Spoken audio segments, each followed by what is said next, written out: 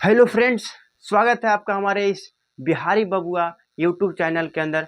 और आज हम लोग रीजनिंग क्लास को करने वाले हैं। तो रीजनिंग का हम लोग पूरा रीजनिंग है क्या, रीजनिंग में कितना सिलेबस है, कितना चैप्टर है, उस चीज़ को पूरा पढ़ चुके थे। आज हम लोग क्लास तीसरा पढ़ेंगे रीजनिंग का। तो क्लास दूसरा आप जाके देखिएगा तो आपको एक ही नॉलेज आएगा कि हम लोग को कौन कौन सा चैप्टर पढ़ना है, रीजनिंग को कितने भागों में बांटा गया है। तो रीजनिंग को कल हम लोग क्या पढ़े उसके बारे में थोड़ा सा चर्चा कर लेते हैं। तो रीजनिंग को 3 भागों में बांटा गया है, verbal reasoning, non verbal reasoning और एनालिटिकल रीजनिंग। तो हम लोग स्टार्ट आज जो हम लोग करने वाले हैं वर्बल रीजनिंग का स्टार्ट करेंगे। तो वर्बल रीजनिंग में हम लोग अल्फ़ाबेट स्टार्ट करेंगे। तो चलिए रीजनिंग को हम लोग स्टार्ट करते हैं।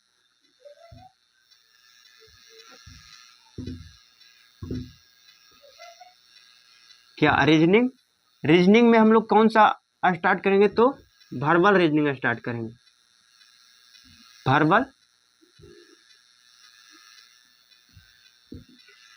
वर्बल रीजनिंग हम लोग स्टार्ट करेंगे। तो वर्बल रीजनिंग में हम लोग चैप्टर जो आज स्टार्ट करने वाले हैं वो चैप्टर का नाम है अल्फ़ाबेट। अल्फ़ाबेट यानी वर्णमाला। तो चलिए देखते हैं वर्णमाला को। क्या है वर्णमाला?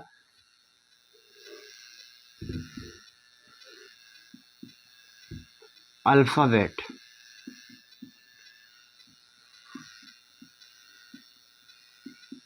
वर्णमाला कौन सा चैप्टर पढ़ने वाले हम लोग? वर्बल रीजनिंग में हम लोग आज जो पढ़ेंगे वर्णमाला यानी अल्फ़ाबेट। तो थोड़ा सा हम लोग शॉर्ट में जान लेते हैं, उसके बाद हम लोग लॉन्ग में अंदर घुस के जानेंगे। अल्फ़ाबेट किसको कहते हैं?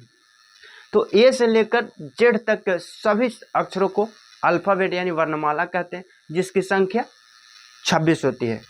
ए से लेकर जेड तक के सभी अक्षरों को वर्णमाला कहा जाता है, जिसकी संख्या 26 होती है।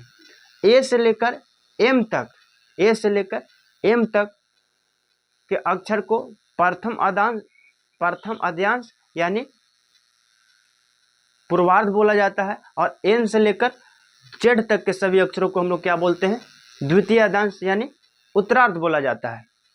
हम लोग अल्फ़ाबेट में डायरेक्शन को कभी चेंज नहीं करेंगे, यानी दायां है तो दायां ही रहेगा, बायां है तो बायां ही रहेगा। लेटर चेंज हो जाएंगे इधर से उधर, लेकिन जो डायरेक्शन है वो कभी चेंज नहीं होगा। और ए से एम तक के जितना भी प्रथम अद्यांश की संख्या 13, द्वितीय अद्यांश की संख्या 13। ठीक है, तो चलिए इसको हम लोग थोड़ा सा नोट बना करके लिख लेते तो ज़्यादा बेस्ट होता। तो चलिए हम लोग लिखने का कोशिश करते हैं क्या कि वर्णमाला है क्या। तो नोट बना के लिखिएगा।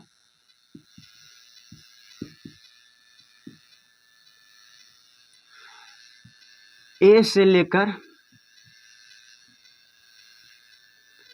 जेड तक के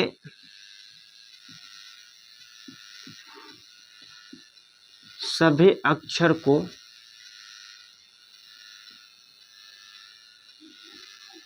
वर्णमाला कहते हैं, जिसकी संख्या 26 होती है। जिसकी संख्या 26 होती है। जिसकी संख्या कितनी होती है? 26। यानी देखते हैं हम लोग A B C D E F G H I J K L M N O P Q R S T U V W X Y Z. A से लेकर जेड तक में हम लोग 26 लेटर है। तो ए से लेकर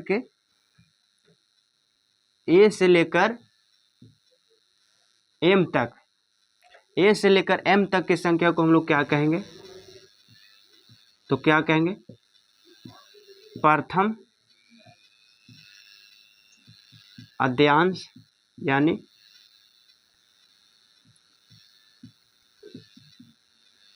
पूर्वार्ध बोलेंगे। और एन से लेकर जेड तक के लेटर को हम लोग क्या कहेंगे? द्वितीय अद्यांश यानी उत्तरार्ध बोलेंगे। ए से लेकर एम तक के सभी संख्याओं को क्या कहेंगे? ए से लेकर एम तक के सभी संख्याओं को प्रथम अद्यांश यानी पूर्वार्ध बोलेंगे।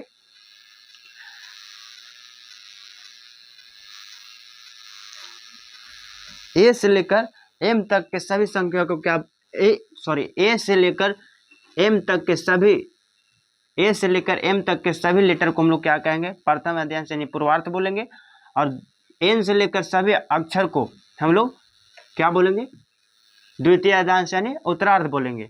ए से लेकर जेड तक ए से लेकर एम तक की संख्या कितनी होती है? 13। और एन से लेकर जेड तक की सभी संख्याओं कितनी होती है? 13। तो हम लोगों ने क्या समझे? हम लोगों ने एक यही चीज समझे कि ए से लेकर एम तक की संख्या को क्या कहेंगे? प्रथम अद्यांश यानी पूर्वार्ध बोलेंगे। और एन से लेकर जेड तक की संख्या को द्वितीय अद्यांश यानी उत्तरार्ध बोलेंगे। तो यहाँ तक हम लोग क्लियर हुए। तो इसको भी हम लोग नोट बना के थोड़ा सा लिखने की कोशिश करेंगे कि नोट दूसरा होगा ए से लेकर एम तक के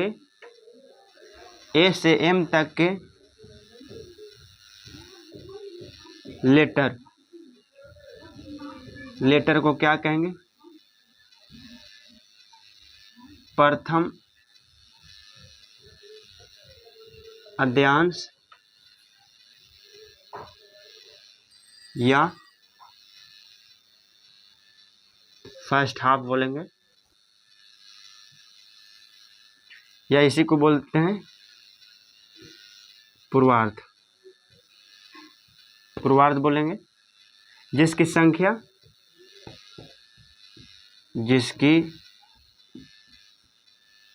संख्या 13 होती है।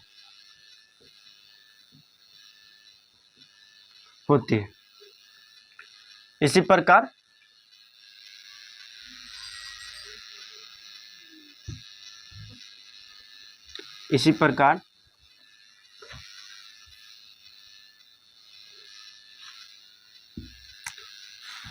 नोट तीसरा जो होगा एन से लेकर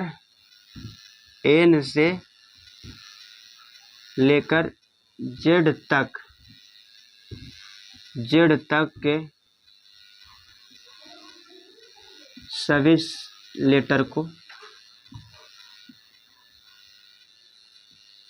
लेटर को एन से लेकर जेड तक के सभी लेटर को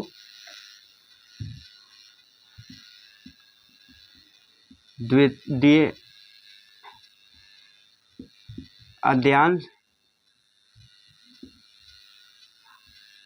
सेकेंड हाफ या इसी को बोलते हैं उत्तरार्ध। इसे को क्या बोलेंगे? उत्तरार्ध बोलेंगे। जिसकी संख्या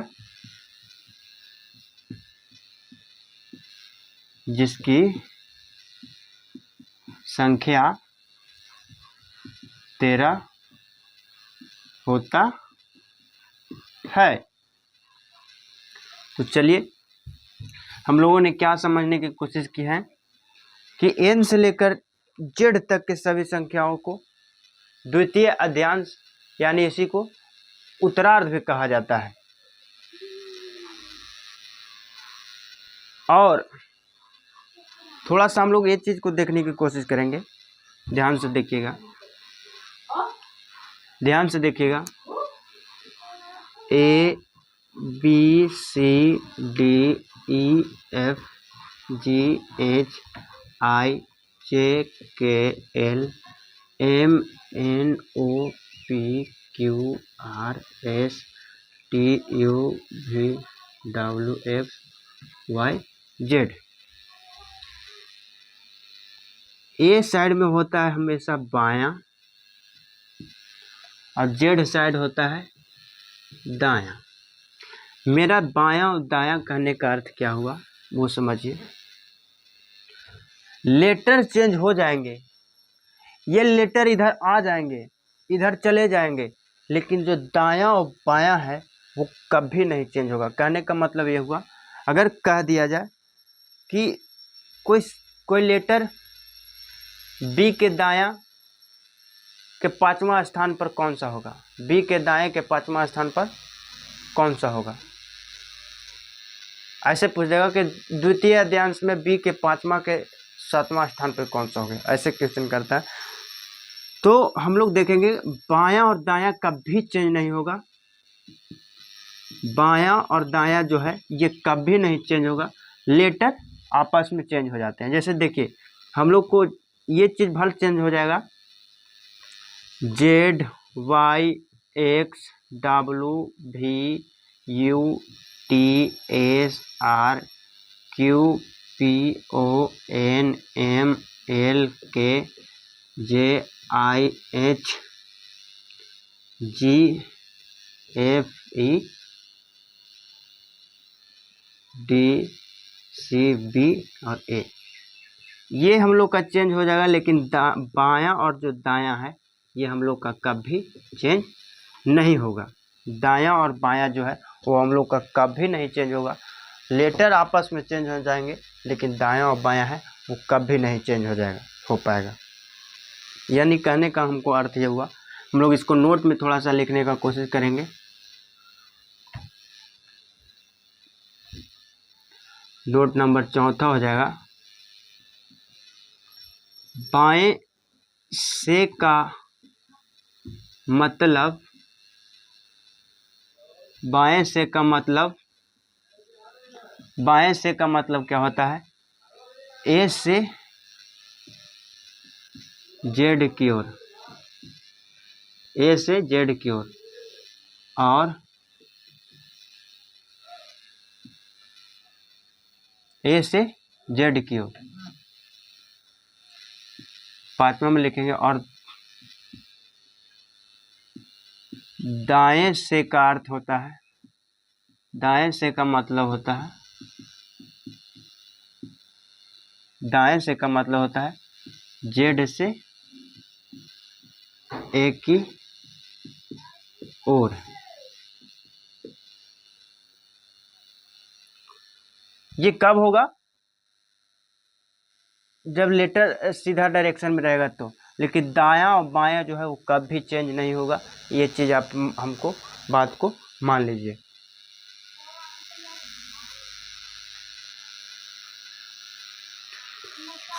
अब जो हम लोग करने वाले हैं, ये चीज़ आपको क्लियर हो गया। अगर ये चीज़ आपको क्लियर हो गया तो अब हम लोग वैल्यू पढ़ने वाले हैं, और वैल्यू को हम लोग इजी वे में ट्रिकली समझने वाले हैं कि कैसे हम लोग को याद रहता है। मान लीजिए कोई पूछ जाए क्यू का वैल्यू कितना होता है, आर का वैल्यू कितना होता है, तो ये सब चीज़ को हम लोग ट्रिकली बाय ट्रिकली याद करने की कोशिश करेंगे। तो चलिए हम लोग देखते हैं, अपोजिट वैल्यू याद करने का कोशिश करेंगे।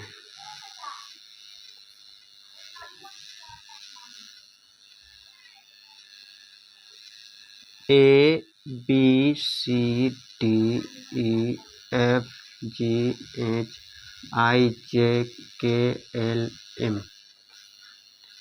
हम लोग ये चीज़ का अपोजिट पढ़ने का कोशिश करेंगे, हम लोग इस चीज़ का अपोजिट पढ़ने का कोशिश करेंगे। तो ए का हो जाएगा जेड, बी का हो जाएगा वाई, सी का हो जाएगा एक्स, डी का हो जाएगा डब्लू, ई का हो जाएगा वी, एफ का हो जाएगा यू, जी का हो जाएगा टी, एच का हो जाएगा एस, आई का हो जाएगा आर, जे का हो जाएगा क्यू, के का हो जाएगा पी, एल का हो जाएगा ओ, और एम का हो जाएगा एन। ये चीज़ को हम लोग याद करने के लिए एक हम लोग लिख लेते हैं। बात क्या बात होगा वो चीज़ को समझेंगे। बात ये होगा, अगर ए से जेड है, मतलब ए का अपोजिट कितना होगा जेड, और जेड का अपोजिट कितना होगा ए, तो इसको हम लोग क्या बोलेंगे, ये तो हम लोग का याद ही रहेगा। बी बी यानी बॉय, बी यानी बॉय। सी का अपोजिट एक्स, सी का अपोजिट क्या हो गया? डी यानी दूध वाला, डी का अपोजिट क्या होगा? दूध वाला। ई का होगा क्या? ई का अपोजिट हो जाएगा इवनिंग, इवनिंग। सब याद करिएगा तो हो जाएगा याद, इवनिंग। ई हो गया एफ, एफ का हो जाएगा ओ यानी फ्लू, फ्लू एक रोग होता है। जी, जी का उल्टा होता है टी यानी जीटी रोड, यानी जीटी रोड मतलब जीटी रोड। आई का हो जाएगा क्या? आर तो इंडियन, इंडियन रेलवे। जे का हो जाएगा क्या? जलेबी कचौड़ी। के क्या होगा? तो पी तो यानी केपी यादव। केपी यादव इसलिए बोल दिए कि केपी यादव यानी हम लोग बिहार में हैं और बिहार में यादव लोग का जनसंख्या ज़्यादा है, तो अगर याद करना रहे तो केपी यादव फटाक से याद हो जाता है। और हम जिस क्षेत्र में है उस क्षेत्र में वो केपी यादव एक डॉक्टर है जो बहुत प्रसिद्ध है, तो उसी के नाम पे हमने क्या बना दिया? अपोजिट बना दिया। तो पी का अपोजिट क्या हो जाएगा? के का अपोजिट पी हो जाएगा। और एल, एल का क्या हो जाएगा? तो लो, लो का हो जाएगा एल, एल का अपोजिट ओ का अपोजिट एल। एम का क्या हो जाएगा? एम का हो जाएगा एन यानी मन, मन नहीं कर रहा है। एम का अपोजिट एन, एम का अपोजिट एन और एन का अपोजिट एम।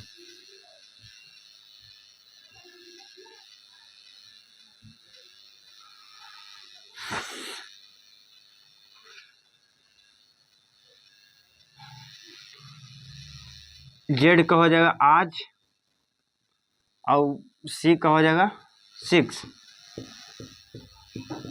यहाँ तक हम लोगों ने आज पढ़े हैं। कल हम इसका लेटर का कौन कितना नंबर पर होता है उसको भी ट्रिकली वाई बताएंगे ताकि आपको याद हो जाए। और ये चीज़ को याद करने के बाद ही अल्फ़ाबेट चैप्टर जो पढ़ने में मज़ा आता है वो बहुत मज़ा आता है। तो सबसे पहले आपको एक दूसरे का अपोजिट याद होना चाहिए, एक दूसरे का अपोजिट नंबर याद होना चाहिए। उसके बाद अल्फ़ाबेट एकदम ईजी है, कोई दिक्कत नहीं है। रीजनिंग को एकदम ईजी वे में हम लोग को पढ़ना है और पढ़ के हर एक कॉम्पिटिटिव एग्ज़ाम में तैयारी करके एकदम फोड़ के रख देना है।